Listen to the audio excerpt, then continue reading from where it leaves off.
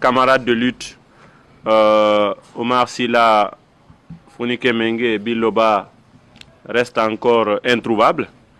Et je crois qu'on est presque à une vingtaine de jours, depuis le 9 juillet. Non? Aujourd'hui, nous sommes le 27, 18 jours que nous sommes sans nouvelles. Nous avons vu la sortie du jeune Cissé qui était avec eux et qui a expliqué les circonstances. Et aussi la sortie des porte-paroles de la transition, de la junte militaire, et du Premier ministre, qui cherche maladroitement à se dédouaner en se croyant plus subtil. Et ce qui est quand même ce qui est cynique, c'est de faire même d'ironiser et de banaliser la vie des gens. Et lorsque cela vient aussi des personnes pour lesquelles les Guinéens se sont battus, lorsque ces personnes en difficulté, Bahouri n'est pas un inconnu d'ici. Il a subi beaucoup de choses. Il a même été contraint à l'exil. Il s'est échappé ici parce qu'Alpha Condé l'avait traqué sous prétexte qu'il avait participé à une tentative d'assassinat. Il a fait des années. Lui-même, il appelait à l'insurrection populaire à partir de l'extérieur. Il en appelait à des coups d'État. Ousmane Gawal, qui est dans le gouvernement, je crois que c'est même pas trop la peine d'en parler, tellement que ça fait pas honneur. Et Amara lui-même, au temps de Dadis, il s'est retrouvé, lui et son père, dans certaines circonstances. Lorsqu'on voit les mêmes personnes aujourd'hui au devant de la scène parler des victimes avec tellement de mépris, d'arrogance, de haine, et à la limite, on imagine la blessure que cela représente pour leurs familles qui suivent cela en direct. On s'interroge de savoir quel pays nous sommes, quelle population nous sommes. Est-ce que la politique ou la gouvernance ça doit nous déshumaniser? Tout d'un coup, comment on peut ne pas se rappeler soi-même par où on est passé, qu'est-ce qu'on a subi, comment les autres se sont mobilisés contre l'injustice. Mais il nous a été enseigné que l'injustice, quelle que soit sa cible, peu importe, il faut se battre contre l'injustice parce que c'est une chose qui n'est pas acceptable. Même si ça doit bénéficier à votre pire ennemi, votre pire adversaire, peu importe, battez-vous pour des valeurs parce que vous croyez en ces valeurs, parce que vous êtes humain. Soyez ce que vous êtes, ne cherchez pas à être ce que les autres sont, parce que c'est ce qui va rester. Ce pays a beaucoup de leçons à tirer, il y a beaucoup d'enseignements. Comme je l'avais dit au CNRD le 14 septembre 2021, on n'a pas besoin d'aller chercher dans des livres à Harvard et à la Sorbonne. On a juste besoin de voir à côté de nous des gens qui sont passés par là. Depuis 1958 à nos jours, il y a eu des gens qui se sont crus tellement puissants, mais après leur chute, on a vu ce qu'ils sont devenus avec leur famille. Et inévitablement, ça c'est une logique de la vie, le même chemin conduit toujours à la même destination. Il n'y a pas un miracle possible. Si vous voulez faire quelque chose de différent, vous devez changer ce que vous êtes en train de faire. Vous voulez obtenir un résultat différent.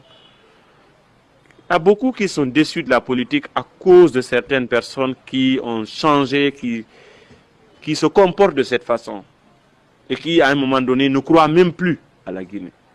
Je crois que nous vivons la période qui constate la plus grande vague de départ de Guinéens du pays. Il faut circuler dans la sous-région pour le comprendre. Nos compatriotes sont nombreux dans tous les pays voisins, pour ceux qui n'ont pas les moyens d'aller plus loin. Mais aujourd'hui, vous n'avez pas besoin d'un sondage pour savoir, en dehors du petit groupe qui profite du pouvoir, le petit groupe qui ne représente même pas 0,001% de la population, en dehors de ceux-ci, je pense que si vous faites un sondage, vous verrez que 90% des Guinéens ont envie de quitter la Guinée. Et c'est dommage. Parce que ce sont des ressources que nous perdons. Tous ces jeunes qui vont pour étudier, parce qu'ils ne reviennent pas, parce qu'il n'y a pas de perspective. Si le retour dans ton pays, c'est la mort qui t'attend, c'est l'injustice qui t'attend, c'est le mépris qui t'attend. Les références qu'on te donne, les repères qu'on te donne, ce sont les gens les plus médiocres de la société, les plus criminels de la société. C'est eux qui ont pignon sur rue, c'est eux qui s'exposent. Les plus méritants, ils sont méprisés. Ils sont traités comme s'ils sont des maudits. Et le Guinéen définit la réussite par rapport au matériel. Ce qui compte pour lui, c'est quand tu vas garer un véhicule de 50 000 $, tu portes un bazin de 10 millions, tu distribues de l'argent. Pour eux, c'est toi qui compte. Quand tu fais un livre, quand tu as un mérite, quand tu récroches quelque chose, quand tu contribues à développer l'humanité, ça ne compte pas pour eux. Quand Thierno Moule Nembo passe ici, les gens ne ça regarde pas. Mais quand un voleur des deniers publics passe là-bas, on dit c'est le grand du quartier. Nous, il aime la jeunesse, hein, il nous aime beaucoup. Il nous aide ici.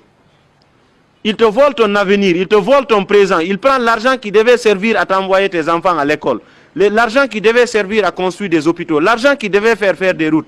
Ton voleur, au lieu de le prendre et le mettre en prison, il vient, il te donne 0,01% de ce qu'il t'a volé. C'est toi qui applaudis pour dire non, le grand là est gentil. Il est vraiment... C'est lui qui t'a jamais rien fait, tu as la haine contre lui. Et toi, tu sors sur les réseaux sociaux, tu insultes des gens qui t'ont jamais rien fait. Ceux qui te compromettent tous les jours, qui ne veulent pas que tu évolues, ceux-là, ils ne te regardent pas. Et quand tu parles d'eux, on dit, oui, il est jaloux de son succès.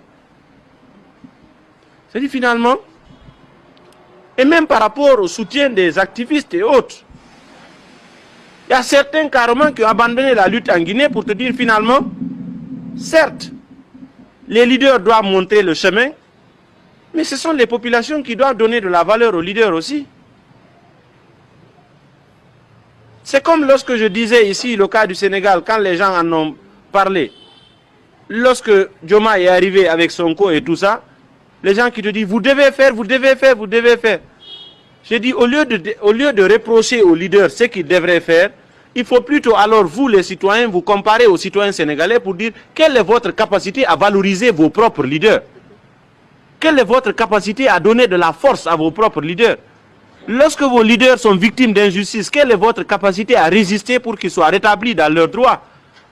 Si chacun qui se prononce se retrouve dans des difficultés et le lendemain, chacun s'occupe de ses affaires et personne ne veut plus rien faire, mais c'est humain. À un moment donné, les gens ils réfléchissent et disent, mais je me bats quand même pour que tous ensemble, qu'on ait un bien-être. À la limite, la personne qui se met devant, elle est à l'abri de certains besoins.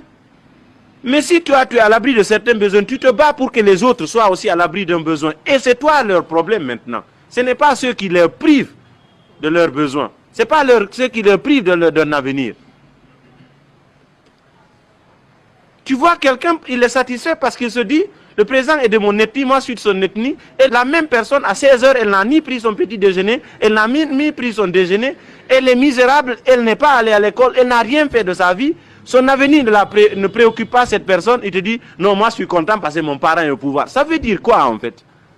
Alors, je crois qu'il faut travailler à transformer les mentalités. Aujourd'hui, nous regrettons tous que Bilo Fonike se retrouve dans ces circonstances. Nous continuons de nous battre, nous continuons de les soutenir, nous continuerons toujours de les soutenir, mais il ne faut pas que la flamme s'éteigne.